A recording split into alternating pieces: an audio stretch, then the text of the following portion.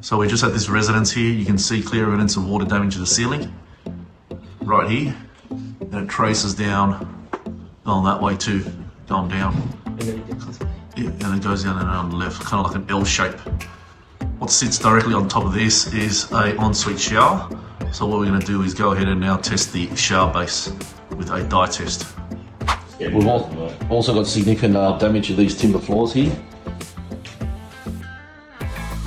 So whether it's tracking from upstairs, could be a bit of a stretch, but we'll run that dye test and then see what the result is. So we just taken up this floor waste here to start the commencement of the dye test.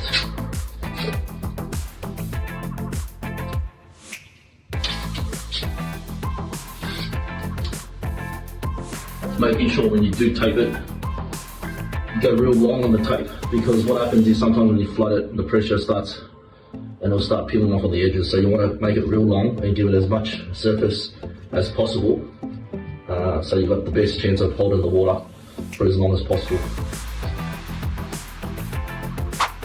Alright, so we've just commenced the shower base test.